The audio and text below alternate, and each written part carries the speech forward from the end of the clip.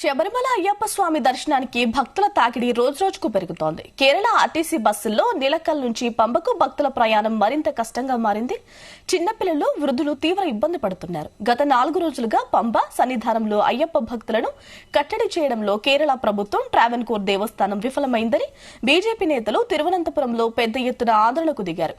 అయ్యప్ప భక్తులను కనీస వసతులు ఏర్పాటు చేయలేదని నగరంలో నిరసన చేపట్టారు బీజేపీ నేతలు.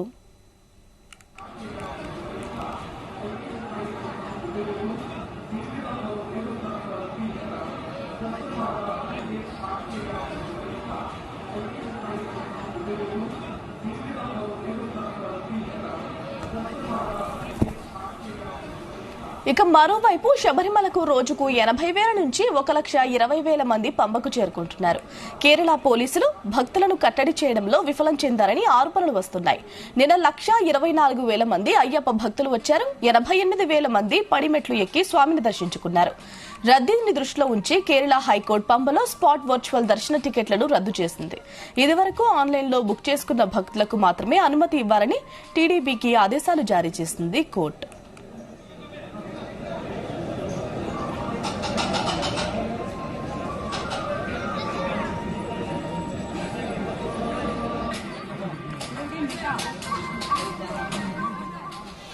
అయ్యప్ప స్వామిని దర్శించుకోవడం కోసం 12 గంటల నుంచి 18 గంటల వేచి ఉండాల్సి వస్తోంది. ట్రావెన్కోర్ దేవస్థానం భక్తులకు మంచినీరు, పాలు, బిస్కెట్లు పంపిణీ చేస్తోంది. అధిక భక్తుల రద్దీ కారణంగా ఎరుమెల్, పంబ, నిలకల్, పంబ దారుల్లో వాహనాలు భారీగా నిలిచి ట్రాఫిక్ జామ్ ఏర్పడుతోంది. మరికొంతమంది భక్తులు సన్నిధానం చేరుకోలేక ఇరుముడులు పంబలోనే చెల్లించి అసంతృప్తితో వెనుదిరుగుతున్నారు.